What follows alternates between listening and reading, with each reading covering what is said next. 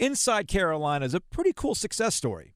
You've got these two message boards, the Tar Pit, run by Buck Sanders, focused on football, and UNCbasketball.com. That's run by Ben Sherman and focused on, you guessed it, basketball. Then you've got this publication, Inside Carolina, that's up for sale. Deals happen, forces combine, and over 20 years later, it's a one-stop shop for independent North Carolina athletics coverage. Sure, the premium message boards are still a draw, but you've got beat writers, podcasts, video, social media, the whole thing. It's not bad for a group that was repeatedly told they could not be credentialed for sporting events because they weren't a traditional outlet. Now they're rolling a few people deep on Press Row. But if you pay attention to things like Press Row, there's more sites like Inside Carolina than there are traditional outlets now. Ironic, right? Inside Carolina trailblazed so that other non-traditional outlets, like blogs, could follow. The Triangle has the most unique landscape for sports. 3 major universities along Tobacco Road with rabid fan bases, a Stanley Cup champion, an NFL team right down the road, and heavily invested transplants. Not to mention an interesting mix of sports teams that were. Joe Ovius brings you a brief history of Triangle sports, a candid conversation with those who help shape why sports matters here. I've known Brian Barber for nearly 20 years. He founded Tar Heel Blog, now part of Vox and their collection of SB Nation team-specific sites. His original blog got on my radar thanks to a blog that I was running, the old 850 The Blog. He gets in the comments section. He was part of that online community that I was trying to build at the old 850 The Buzz. To me, Brian is a fascinating case study in fandom trying to go legit. If you think it was difficult for an outlet like Inside Carolina to get credentialed for North Carolina football and basketball games, and they used a print publication as a way to justify their case, imagine what it was like for Brian, who was putting out great content, but on a blog, and the gatekeeping that went along with it. I caught up with Brian to reminisce about the days of posting on message boards and the decision to find a place for his own stuff. When did you start posting or lurking on Inside Carolina? I think it was probably around 2006. Because I had not been living in the state. I was out of state from 1999 till 2003. Mm-hmm.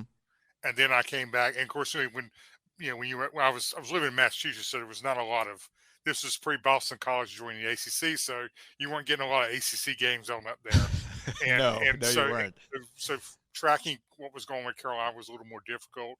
I came back and of course got immersed right into it with, Roy Williams coming back, and then they win the 05 title. And about that point, I started lurking in Inside Carolina. I did drop some comments here and there, but it wasn't a lot. I actually probably wrote more on 850 The Buzz's blog than I did at Inside Carolina. I probably was in the comments section there. Oh, geez. You're on the 850 The blog back in the day. And Yeah. like you said, you were living out of the state, and that's kind of where this conversation in this episode of the podcast is really about. The internet connects everybody, right? And if you wanted local coverage, the only time you could get it was literally being local. You could go to one of those old magazine stores, newspaper stores at the mall or in a strip mall where they carried all the newspapers, but that was a little time consuming and everything else. So the message boards really opened up that connectivity for fans all over the place. But you're a little bit late on that with Carolina. I would assume that around 99, 2000, when the ACCboards.net and or ACCboards.com, which begat Inside Carolina, you would have been a little bit of a first mover on that. I'm surprised it took you so long. Well, I didn't have much of an internet connection where I was at. I had dial-up, and I was also in seminary, so I just didn't have time. I just got married, and I was in seminary, and I didn't really have time to be on the internet, cruising the message boards. Oh, so come on! There's always time, Brian. Come on. But it wasn't until I moved back to North Carolina and then got re-immersed back into culture locally that I kind of jumped into it. And of course, also when I moved back, I actually got broadband. I see. When we moved back to North Carolina, I got broadband. So, as you know, that makes things a lot easier when you have broadband, because otherwise it's, I think the only broadband I had at living in Massachusetts was if I went to the office, because I was working in IT for the seminary. I could get on broadband there, but I didn't have it in our apartment. And so we came back, we got broadband, and then, we bought a new computer, and then, all of a sudden I had this place where I could actually spend time on it, or I could, I could get on the internet easily and then go to the message boards and start poking around. So you dabbled in Inside Carolina. You're posting more on the 850 The blog back in the day. What was it about the message boards that turned you off? Because, I can talk to any number of people where they lived on those message boards. They lived for the arguments. You did not. Why? I don't think I'm a confrontational person, first of all. And I also, I'm trying to phrase this properly. I don't have a lot of patience. I don't have patience for short-sighted and, quite frankly, stupid arguments. I just don't. I don't. And that, I believe, I believe in more nuanced, fact-based, discussions. If we're going to talk about, if we're going to talk about why Deion Thompson shouldn't start, then what we should talk about, you should bring some facts to the table to prove why Deion Thompson shouldn't start. Mm-hmm. Not say, well, I just think the other guy should start. Well, that's not good enough. And so it's stuff like that where you're like, I don't want to get in here into this, bogged down to this thing where people are just reacting emotionally to everything. And, Twitter's like that too. Twitter's like that. And it comes at you, and you're, if you're not even expecting it, it just comes at you in your mentions if you're looking at it, but at least in message board, you know what you're getting, and you make a choice. Like, I still look there. I still go there because I think there's good information there. Mm-hmm. I think those guys do a great job. The guys who run Inside Carolina do a great job, providing great information. And I also used to say that I used to read a message board as a barometer of where I shouldn't be. Let's make sure. Okay, I'm having this thought. Let me look at the message boards, make sure I'm not nuts. Oh, Sure. Oh, great, I'm nuts. But so that was kind of where I just didn't. It just was too much. It was just too much, emotion and hot take-ish, and I just didn't care for it. It was, So you decided, I'm going to start up a blog. Yeah. So rather than engage in these types of things, I want to get into those nuanced arguments and maybe even start your own community where people were more like-minded to do those things in the comment sections rather than get into silly flame wars on a message board. And again, I'm not bringing this up as a knock for Inside Carolina. I'm simply pointing this out as a difference in how you can approach a fan community. So blogs were the hotness around that time, and you just decided, this is what I'm going to do. I'm going to find a place to put it myself. Yeah, I mean, yeah, it was, I started looking into it, and I kind of, I graduated from UNC Greensboro with a degree in English, so I had, I had some writing ability. I don't know if it was necessarily great writing ability. It was probably, it's better than average, I would say.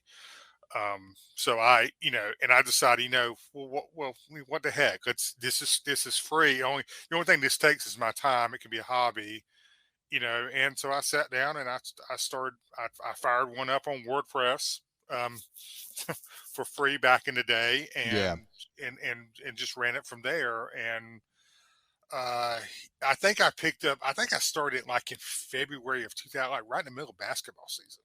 Mm-hmm. I think that was when I started, and I thought that was kind of odd to start in the middle of something, but I went through basketball season, and then, by the time I got football season rolled around, I decided, well, I'm just gonna take this on full and start covering Carolina like I'm covering every game, and for football and basketball, and then pick up stuff here and there. But yeah, it just was an outlet for. I said I had stuff I wanted to say and thoughts on stuff, and I thought they were worth hearing, and I said, we'll put them out here and see how many people else think they're worth hearing. Do you find it amusing, ironic? Do you chuckle that when you started up Tar Heel blog on a WordPress site, that eventually would get it would be gobbled up by a network, and that you could be credentialed to sporting events. Credentialing was always viewed as a way of being taken seriously or viewed as legitimate, but that was a difficult slog for a lot of those early blogs, including yours. Yeah, because I had asked, I had made requests to Carolina for credentials and was basically just ignored. Yeah. I even had a couple of people speak on my behalf, and they just, and I understand why, because they're the gatekeepers, and they only got so many seats, right, and they can't just, and they were probably worried a little about slippery slope. If we let this guy in, we got to let everyone in, and so they, I understood it, but I didn't necessarily I didn't necessarily I mean, I tried to get credential, but it didn't work. But and when so from 2006 to, I think it was 2006 to 2012, I ran on WordPress's site, and then in 2012 I made a move to my own web host, and so I ran off my own web host from that point, and it was doing pretty. I mean, it was doing pretty good. I was doing Google ad revenue. Like, I was just running Google ads on the sidebars. How much were you making a month? I think I averaged about $200 a month. That's not bad. With it being that you average more during January, February, March. Sure. Right. Sure. Right. That's when the traffic really hit hard, and then the rest of the time it was. But I think I ended up pulling in a couple thousand dollars a year. You know, and so that was fine. And the SB Nation thing came along, and the primary reason I made that decision was for credentials, because I knew I wasn't going to get them any other way. Okay. So I was like, they came along and they already had a Tar Heel March, I believe it was. And I don't know the inside politics there. I'm going to guess that they wanted more frequency in posting, which is, if we may get to later, is the frequency of posting is the reason I got out ultimately. But yeah. So, but at that time, I think they just wanted a little more, and they saw what my site was doing, and they, I talked it over with Doc Hillfire, who was also writing a ton, and another guy had writing, and I said, "What do you guys think?" And they said, "Well, it's definitely be a step up for visibility, but and we didn't see any downside at the time, really, because it was all benefit for us. We didn't have to worry about the web hosting anymore. I didn't have to worry about all of the overhead. I just, their content management system was great, and then it led to being credentialed, which was great. Was great in the sense that's where I wanted to go. I have some interesting thoughts about all of that now that I've moved away from it.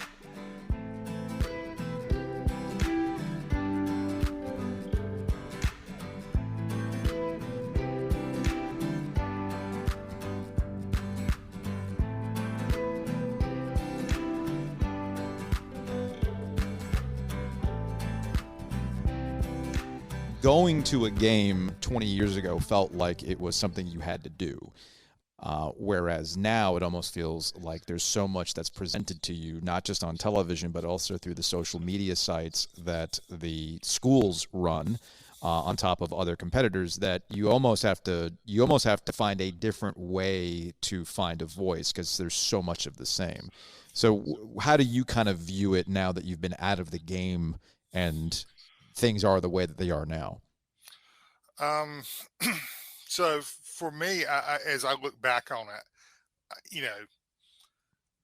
as a blog, there's a niche for the blog, in the respect that you can be, I don't want irreverence the right word, but you don't have to be as, quote, professional as maybe you have to be if you're running like Inside Carolina, for example. And not that I would do anything quote unprofessional, but I can, sure. I can lean into humor a little more. I can lean into to more jokey stuff. I can maybe engage in a little more trash talking with rivals, and I do kind of wonder if by going the credential route, I allow myself to to get sucked into trying to be like everyone else. Like, so I'm covering the game just like Inside Carolina's covering the game, or News and Observer, or whatever. And so I'm showing up, I'm watching the game, I'm doing a game story, I'm getting quotes, and then, you know, I don't regret doing it because I think it was a great experience and I wanted it. But I think I may have lost some of, I think I may have lost some uniqueness along the way in that. I think it probably was I think there was probably value from, I think there's probably some value in being an independent blog, that a guy who's sitting in his living room watching the games versus a guy who's basically acting like a reporter. Yes. And I think that's probably something I lost. And of course, what I ultimately realized was that once you became beholden to the machine, the Mm-hmm. click machine, the impressions machine, that you you know, you can't do what you want. You can't really do what you want to anymore. If that makes Right. sense, right? No, And no, that, trust me, trust me. yeah, I understand. This is, hey, take this podcast for instance. Like, to me, this is something that I've been wanting to do for quite some time. Explore little aspects of Triangle fandom or history that doesn't necessarily get a lot of attention, knowing full well that I might not get the download numbers that the Russell Wilson or Roy Williams podcast got. But that's not the point. This is something that I wanted to try and see where it went, to have these interesting conversations. So I get where you're coming from on, you lose a little bit of something when you become part of that pack. Totally agree with you on that. But it also sounds to me like you got exhausted too. It's not so much the trying to get the impressions, the clicks, etc., but to the consistency of writing a blog, if it's not your full-time job, can get to you, right, Brian? oh yeah. I mean, it was. I was working. I was working a full time. I was working a full time job in IT. Still am. Yeah. And I had enough flexibility in my job that I could make it work. Especially with games being at night, you work all day and then you go to the game, but that becomes quite a bit of a slog when you're in the office at 7 a.m. and okay, I'm going to get off. I'm going to leave here at 4:30 and I'm going to go over to Chapel Hill, and then I'm going to get home at 11. Mm-hmm. And I always told the story that there was the ACC tournament in 2015. I took the day off. Was there on a was that there on? So think about this a minute. Yeah, I was there on Wednesday because Carolina was in the 5-12 game, I believe. Mm-hmm.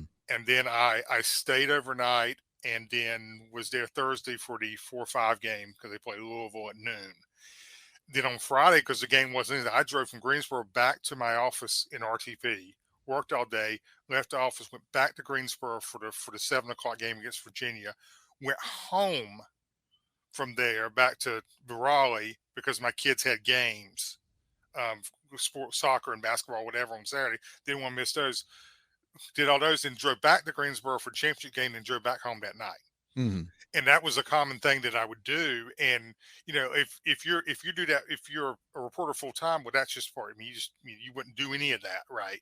But when you're working and you're trying out, well, I need to work and they do this, and it became full time job and having 4 kids. It became it was a lot of drain in a lot of Yeah. directions. Yeah. And and then you want to couple that with they, SB Nation, and I understand the deal. I'm not criticizing them for this, but they start saying, well, hey, we need 10 posts a day from you. And I don't know if I necessarily objected to 10 posts a day. My objection to 10 posts a day is I know the kind of content I have to do to get 10 posts a day. Mm-hmm. And it's not quality stuff. It also not only is not quality stuff, but I'm going to be regurgitating. Inside Carolina's going to have a story about a recruit, and it's going to be me just pointing to that link. Yeah, you're And that's aggregating what it's at going that to be. point. I'm going to start aggregating stuff, and I didn't want to do that. Mm-hmm. I was like, I didn't think it was right. I didn't think it was right by the Inside Carolina guys, because I being credentialed, I met those guys. I see the kind of work they do. It's all really quality. They're great guys. Mm-hmm. And I didn't necessarily feel right. Well, I'm going to try to meet my post count for the day by throwing up a post where I'm basically pointing to your stuff, and that was not something I wanted to do. And I think in SB Nation's mind, what they wanted was they wanted me to bring on a bunch of writers who would do this for me. And again, I wasn't interested in managing anyone either. I said, Yeah. I didn't want to I didn't want to do all that writing, and I didn't want to manage anyone. So I was like, you know what? I'm just gonna. And I actually told Doc and another guy I had writing about before the 2015-2016 athletic season started. I said for the football, I said this is probably it, guys. I said I don't think I'm going to do this beyond this year. Mm-hmm. And they were like, yeah, I see that, fine. And you know, and Chris Jenkins doesn't hit that shot and Carolina wins that game, then I get the perfect send off, right? You get your walk off. But but anyway, I still made the decision, and I was like, and I told them, I said, what, I can't do this anymore. Y'all need to find someone else. And they found someone else to run it and run it like they want it run. And I do take some comfort that some of my stuff lives, and there's some, it still lives on the internet somewhere. All my writing's still there. Mm-hmm. But yeah, it's just, it just became, I got burned out, and I did it for 10 years. And had I not done the credential thing, would I have extended my life a little?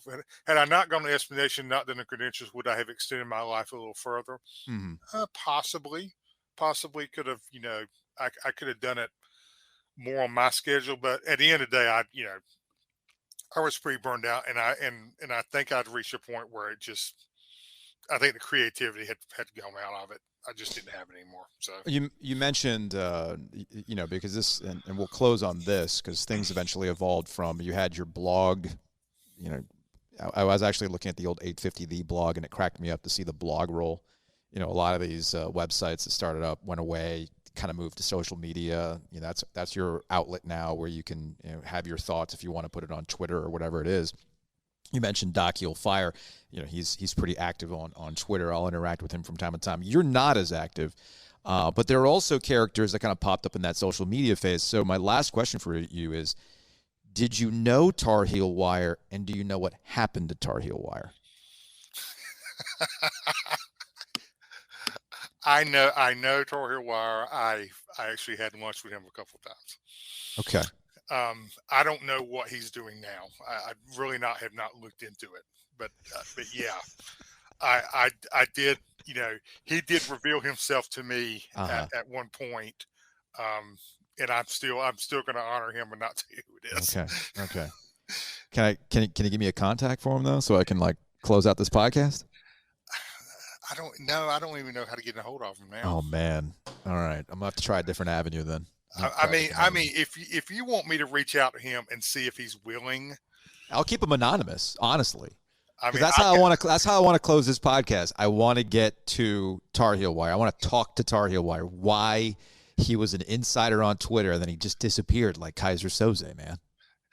I mean, I can try. All right, because I do. I mean, I do know his name. I just have to figure out if I can contact him, if I can find contact information for him. All right. Well, do me a favor. Reach out to him. Okay, I'll see what I can do. All right.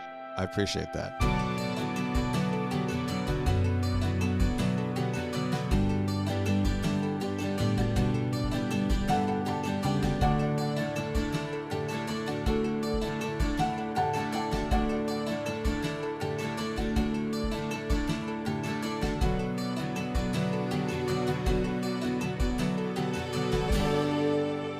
Update on Tar Heel Wire. I haven't heard from him. I might not ever hear from him, but I'm not going to stop trying. Maybe he'll be part of next season's episodes of Brief History of Triangle Sports. Back to Tar Heel Blog, which is still going today and operating in a way that matches modern content publication. It's also grown their stable of contributors. As traditional newsrooms continue to shrink, sites like Tar Heel Blog have filled the gap with a variety of analysis, opinion, and aggregation. More importantly, it's given people who want to get in this media game an opportunity. People like Al Hood. Now, Al and I were in college roughly the same time, so he knows the internet language, the beats and the rhythms of what happens online. Hell, I probably partied with him at a North Carolina marching band shindig at some point, but we've never actually met in person. He's a Carolina guy through and through and lived on those inside Carolina message boards for some of the more, shall we say, dramatic moments in Tar Heel sports, and remembers a time when the UNC internet landscape was a little more fractured in terms of outlets compared to today. The thing that a lot of folks don't understand about or know about these days is that there used to be so many splinters with Carolina fandom and ways to get your information. The UNC athletic department had its own site, and then the folks that did the Tar Heel Sports Network had its own site. GoHeels.com used to be owned by what's now Learfield. And then on top of that, somewhere along the way, this third-party site Inside Carolina, started by not Carolina fans, started to purport this idea of being an independent source and being an independent voice for Carolina. So like even if Go Heels was independent, you're getting stuff by Woody Durham, you're getting stuff by Mick Mixon. They're not going to step out of line. Inside Carolina started to be this group, started to be this site where you could see where you could actually see criticism. You could actually see you could actually start to see where a fan would say, man, that, Torbush really isn't that great of a coach. He should be we hired him to be this great defensive mastermind, and all of a sudden the team is just not doing anything.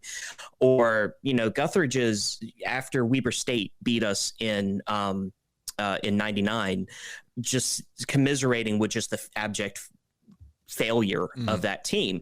And you could see it in clear terms. And what helped that as a student also was high-speed internet was not a thing at that time. No. Like it is present everywhere these days in the major cities. For context purposes, there was a time, if you're a younger listener of this podcast and you happen to be on Carolina's campus or State's campus, you just log into Wi-Fi. It ain't that big of a deal. There's campus-wide Wi-Fi. Back when you and I were in school, you needed somebody, and actually a buddy of mine, Dan, who went to Carolina, had a job where he would go from dorm to dorm to install Ethernet cards. Yep. Actual Ethernet cards into the back of your desktop that you somehow fit on a desk in a tiny dorm, and that's how you connected to the campus network and got out there on the old T1 lines back in the day. So you get an email address and everything else. It's a wild world in 99, 2000, man. So you're online. You're always online. Yeah. You're always online. And like anytime you need to say something, anytime you need to commiserate with folks, you don't have to deal with the modem sound. You don't have to deal with the you got mail. Like you're right there. Call waiting knocked me off my connection, man. Exactly, man. So it was just this wild world, and because this group of us in school had ready like 24/7 access to the internet, it could feed sites like Inside Carolina because students like me could go to these sites after we've gone to games, after we've watched what we watched, and realized we could commiserate with with our fellow fans. It was real life being at the Smith Center and watching the game, and just like that random student that you're chatting with, this stuff is going on. Now you can continue that conversation. You can continue that conversation with people, and it just, with thread after thread after thread, you just keep going down that rabbit hole. So how online were you on the Inside Carolina message boards in the early 2000s? It went in waves. When periods of time of big unrest was happening with the basketball is when my viewership at Inside Carolina would probably jump up the most. The summer of 2000, when Guthridge retired and we tried to hire Roy the first time, and we ultimately ended up with Matt Doherty. I was in summer school. I was off campus, but by that point you could essentially be online 24/7 at that point. I remember, because that whole thing dragged out for so long, I would be up until like 1, 2, 3 o'clock in the morning, just refreshing message board threads to see what the latest was, and commit and talk with folks about, do we think Roy's going to be coming? Oh, it looks like he got the tour of campus. Oh yeah, we spotted him over at South Building. And then he went over there, and you're giving weight to this UNC 1977 who says he's a big Rams Club member, that all the other people on the message board said, oh yeah, you can trust UNC 1977. He actually said that we know him. It's like, okay, that's good enough for me. There's no blue check marks. There's no like avatars that like actually have the face that's on there. It's it's you pick this random UNC photo that you put as your avatar on there, and because everybody else trusted this person, you're like, oh well, I gotta trust this guy. And you joke about it, but then you have that, and then 3 years later, when Doherty was fired, I mean, in a lot of ways, the message boards are the reason why we know just how bad things were for Doherty and the team. Most of the stuff that broke about how there was so much dysfunction broke because real journalists wouldn't publish it because it was hearsay. But on the message boards, there were no rules about that. Like this person knew this basketball player. They could say, well, yeah, Raymond Felton, the thing started to go bad in 2000 when Matt Doherty called out Brendan Haywood in the locker room. That's why things went bad. Barry Savolga isn't going to post that in the News and Observer at the time. He's a respected journalist. He's got to be able to have like 2 or 3 sources. Message board, man, you can just put that stuff out there, and again, because there's no like verified or checks marks or anything like that. Once something comes out there, then it's like, yeah, I heard Matt the same Doherty thing too. said what to Jackie Manuel? I can't believe that. Which is interesting because that actually ties into a previous episode of this podcast series with David Glenn, because he also was reporting on what was happening during that time with Matt Doherty, but it was outside the realm of what you would consider traditional journalism. But we're in this weird nebulous point, and a lot of this is coming on the message boards. Are you on the premium website at this point? Are you on the premium boards? I didn't pay to be on the premium message boards. I see. I was. That doing is so classic internet. Like, hey, I'm gonna go like that. No, seriously, Al, that is like peak internet. Like, hey, I'm gonna get this premium stuff, but I ain't paying for it. So. Oh, I know. No, it's. People are acting like Netflix sharing passwords is like this new thing. It's like, nah, man. Ever since this stuff started, there's always been this. Hey, man, I pay for this service. You can log on under my name. Just don't post under it. I'm like, hey, that's fine. Did you want to be an insider? Like, did you want to be somebody who was trafficking in information on these message boards at that time, rather than being a consumer? Oh, without a doubt. Like, there's. You get you see the status that, I mean, and I'm not even talking about the folks who really are insiders now, who you truly would respect at Inside Carolina. Like, just the fact that you could see someone be able to be like, yeah, I was at this dinner where we talked about the fact that we went over with the contract details with Roy, and he said he needed to do this and this, and you see how people were revered with that, and just being able, it's that classic, hey, I've got a secret, I know something you don't know. Sure. And being able to like hold that over people, and at the same time being in a position where people come to you because they trust you. You get a little bit of, it creates a little bit of power that it's natural for just about anybody to want. It's just the life took me away from North Carolina right about that time, so I wasn't able to kind of dig into it more. And honestly, at that time, the only option for a while, the only options you had were, write for the official website or go with Inside Carolina. And I see very quickly became, even though it was the place where a lot of non-traditional journalist stuff could go, it was still very much traditional journalist in the sense of, we have internships, we have reporters that work full time, and they are committed. They're absolutely committed to this stuff. But I know you've talked with Brian too. Even though I didn't work with him, that allowed sites like the one that I work for, Tar Heel Blog, to open up, because now you have a place where you can, whereas I purport myself to be a fan. I am a fan first. I am not a journalist. I'm an alum and I'm a fan, and I can write from that perspective. I get the medium to be able to put that out there and get it magnified a little bit louder than if I were just to put random messages on a message board.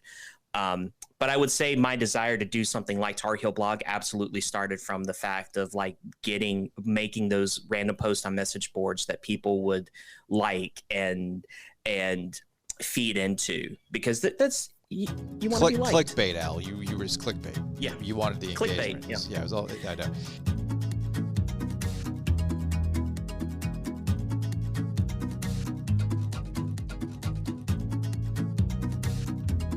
What was the meltdown like when Roy Williams said no the first time? I'm honestly surprised that computers across the area didn't blow up. It was insane. I can't even remember how many different threads on that message board were about it, because you had the main message board that was like, Carolina needs a new coach. It's going to be Roy. But then like under each thread under that, you have Roy is a traitor. Roy is just stabbed us in the back. What are we going to do now? This is who I think we should hire. What is Larry Brown doing? What does this mean for Dean Smith? It just like the whole I want to say like the first 2 or 3 pages at least were just like offshoots where they were like, you know what? I'm not contributing to this 1,000 thread topic. I'm going to create my own. Do you think that, I'm talking specifically about message board conversations, because you have to separate message board conversations from real world conversations. Sometimes it's not real life. And we could do 8 episodes about what you're like online versus what you are like in person. Do you think that basically helped establish the balancing act relationship with that particular subset of Carolina fans and Roy Williams throughout his entire tenure? I mean, that's because there's always been an interesting push and pull where Roy will poke at fans who don't, who think that he doesn't know what he's doing or whatever it is, like the timeouts and stuff like that. But when you do the no the first time, and some people will view what happened with Matt Doherty as a setback, but he comes back and essentially saves Carolina's program after Matt Doherty. Right. But then there's the Kansas sticker. He's a sentimental dude. He's always going to have some place in his heart for Kansas. And then I remember I was a producer at the time at 850 The Buzz, and I remember doing I understood it for what it was. But we did a week's worth of radio taking phone calls from Carolina fans who were done with Roy. Like, you know what? If you love Kansas so much, go back.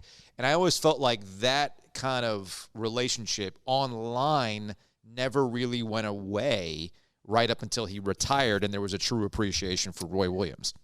Yeah, I see what you're saying. That absolutely, I think you can draw a pretty good line to that. Okay. Because if you could just see just the vitriol that comes out, because online, and we see it these days with Twitter, even if you put an avatar out there, it's still, as you said, a difference between being online and face-to-face. You can say the things that you would say to your buddies over beers, you now could put out there for everybody to see.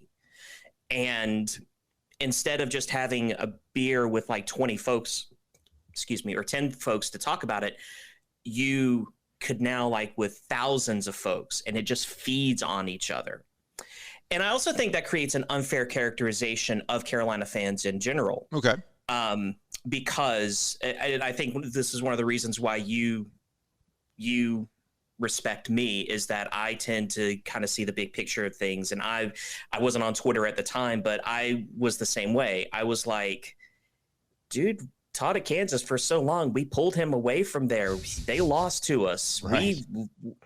We spit the bed against Kansas. Like, let the dude root for Kansas. Like our Dean Smith was from Kansas and was outright rooting for Kansas to win against us in 57. Like you understand that.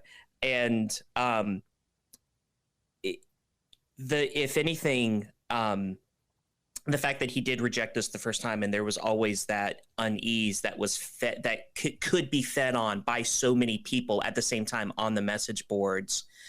And then that message board culture just kept going. Yeah. Because even by then, because what you're talking about 2008, Twitter still isn't really around there. Facebook is in its infancy. So you still have the message board culture that can go in unchecked. And yeah, IC had moderators. I had a good friend that was a moderator for IC that would, if things got really bad, they could lock a topic or pull it. But there was still very much the idea of he had a very short rope with us because he had said no the first time. And when I say us, not with me, but I think people understand what you're getting at, because this is fandom. It's us. Yeah. It's we. How does this affect me? And I would also argue, I do think it would be interesting to see what Dean Smith coaching would have been like in the message board era. Because if you look back at, we revered him, but he set a standard so high, and he quote unquote only won 2 national titles, and he quote unquote came up short so many times with so many talented teams.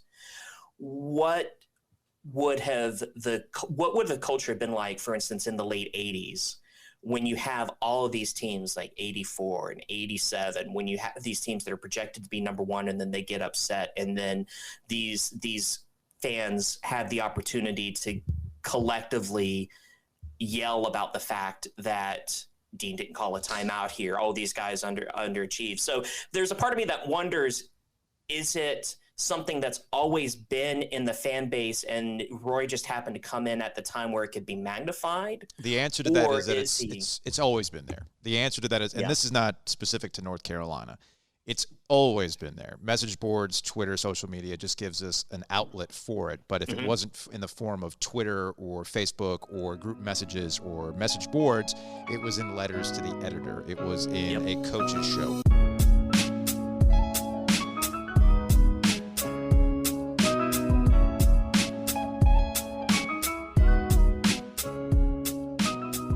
You can be all over the country, but you have this one thing that you have in common with other people. I went to Carolina, and I pull for Carolina athletics.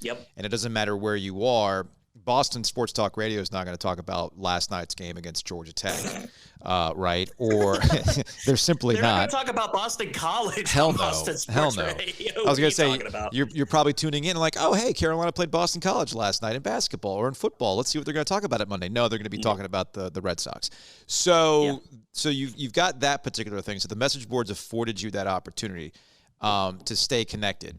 But what actually got you to go away from the message boards? Because there's communities there. It's all like-minded. But you said you come in and out of waves. So what got you out? The toxic culture that could feed upon itself. And this isn't, as you've kind of alluded to, this isn't just exclusive to Carolina fans. No, it's not. Like one of the fun activities of folks on the Carolina message boards is to hop over to NC State's message boards anytime something happens and just delight in the toxicity over there. But just the idea of after a loss or even after a close win, the idea that the world is always ending, that the things are always horrible. This person is just not this type of player. Oh, this person is so overrated. And it gets to that point to where you just don't want to have to keep defending a position. You don't want to have to keep having to, you want to be able to enjoy what you're watching. And at some point you do understand that as big a community as it is, and you probably deal with this in radio too, the vast majority of the people don't want to comment. They just want to read. Sure. They want to consume, but they don't want to actually, they don't want to be as strong in terms of trying to defend something. And then when someone comes at the paint hard with a negative opinion, do I really want to have to get into the fighting with this person on the other side? But man, it's a lot easier if they're saying something negative to agree with this negative thing. So it just feeds on itself. And you start seeing that. In the beginning, it was one of these great things because if something truly frustrated you, you could go in and get your feelings out. But then it just became this thing where it was like you see nothing but negatives. Like, oh my God, why did we beat this team by only 20 points? Man, we just didn't, And at some point, I mean, it's that same. It was the early. It's the early. Don't read the comments lesson. Yes. Ultimately from the internet. You start to realize that this negative. It's the reason why I very, very rarely read the comments on my own posts. The folks who post nice things, I certainly appreciate it. I do see it every now and then, but I for my sanity, I typically don't read the comments on my own posts. And it's also the reason why I typically don't tweet during basketball games anymore, because I have my chats and my friends outside of Twitter that I can vent to, and by the time I actually come back to Twitter, I've had a chance to kind of process everything, and I can approach everything a little more rationally. But in the moment, in the spirit of the moment, in the heat of the moment, you're more likely to put out silly things that sports talk hosts are going to quote tweet and jinx you for the second half of a national championship basketball game. What are you talking about, Al? That would never happen. Never. We can close this conversation on this. You would post, look, message boards, the business model right now for places like Inside Carolina or State fans, Pack Pride. I'm showing my age here. For Pack Pride, that, there's information. There's recruiting information, who's telling you what. We've covered plenty of recruiting stories on Brief History of Triangle Sports from a bunch of different angles. But it's the outlet for fans that message boards I've always found to be unique, because, again, the outlet used to be a letter to the editor. The outlet used to be the 1% of listeners who actually wanted to call in to discuss topics back in the early 2000s and before texting and Twitter became more of a thing. You decided to move on, though, from using message boards as your outlet, and now you get that out of your system with Tar Heel Blog. So why? You could easily just not, what is it that drives you to put it all out there still? Because I like the idea of the difference between going from a message board where you are feeding into a comment that someone else has already said versus being able to post your own thoughts is huge. I have the bully pulpit to be able to put both positive and negative thoughts out there. I can write in shades of gray. And because it's my article with my name on it, I'm willing to put my face to it. I'm also willing to stand. It also says I'm willing to stand behind what I'm saying, which I think is a huge difference between what you get on message boards. Like on message boards, there's a certain anonymity to it. I'm willing to go out there and say, hey, I actually feel this way about something. And in a lot of ways, I feel like it was a way to give an outlet for people to write these shades of gray. When things are going bad, I've put posts on Tar Heel Blog about, I want to say it was in 2019 or 20. It wasn't 2020. There was one year where things were struggling, and I was able to say, look, if you look at Roy's history, yes, things are going bad right now, but look at what we've done this year and how we've ended up this year and how we've ended up here. I get a place to where I can say, hey, the sky isn't completely falling. There are things that can be better. But there are things that could be falling, and I feel like that gives those fans like me who wanted to be able to say this stuff, who wanted to be able to have nuanced conversations. It gives them a place to where they can read that, to be able to say, you know what, there actually is because you know what, even you can't have a nuanced conversation on Twitter. You just can't, and you just can't. I try. Yeah. I try, Al. No. And I mean, even on message boards, even if there isn't a character limit, just the mere product of a message board is that if you look at a thread that's like more than 3 or 4 paragraphs long, you're probably not going to read it, just because it's like, I'm up here for short takes. I'm here for just like these quick little hits.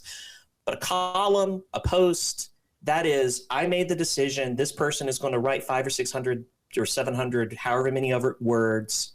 I want to see what this person has to say. And that is the kind of outlet that I wanted. And I think that also took away from my desire to go to the message boards, because I have the medium to be able to say what I want to say. And if folks disagree with me, well, that's what the comment section is for. Do you think fan journalism has been good or bad ultimately for the discourse? Oh, geez, let me see. I work for a fan blog. What do you think I'm going to say about that? Mm-hmm. No.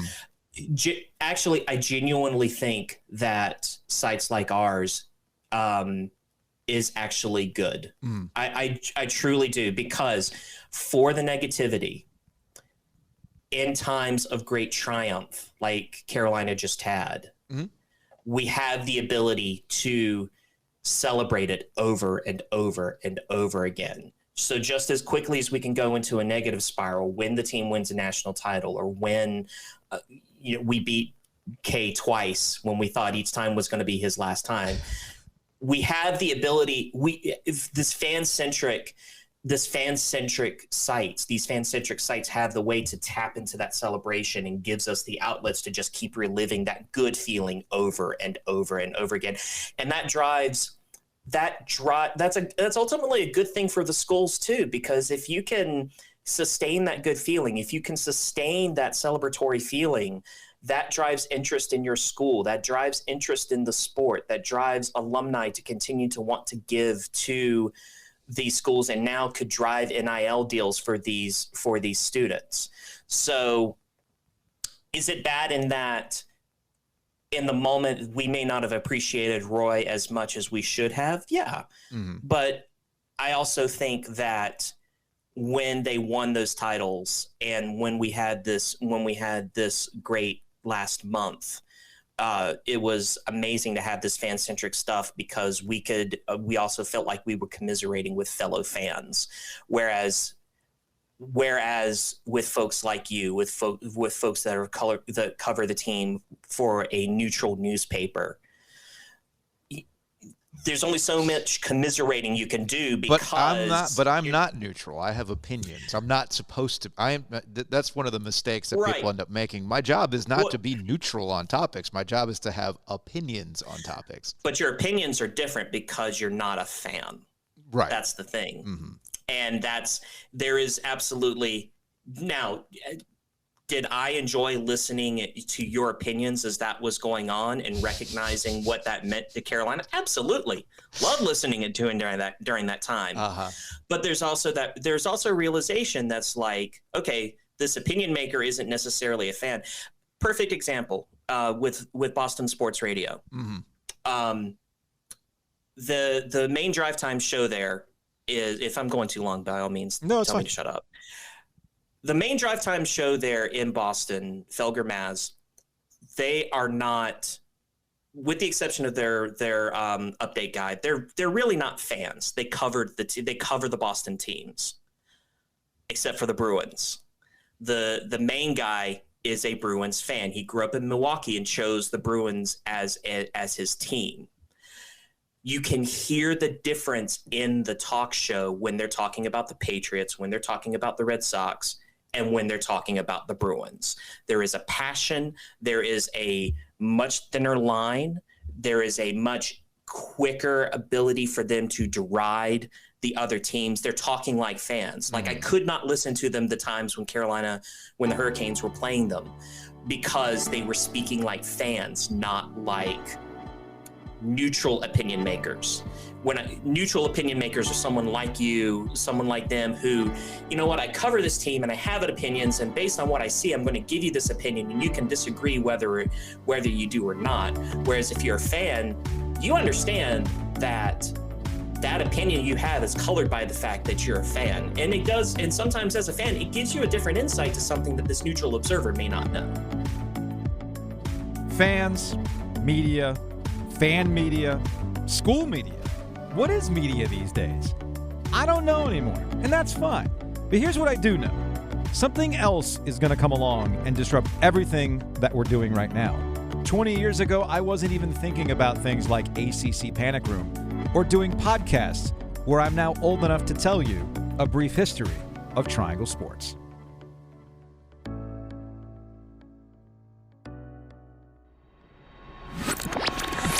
A brief history of Triangle Sports, sponsored by Copiers Plus, your local office equipment and solutions provider. Take the mystery out of your printing expenses by scheduling your free print audit today at copiers-plus.com.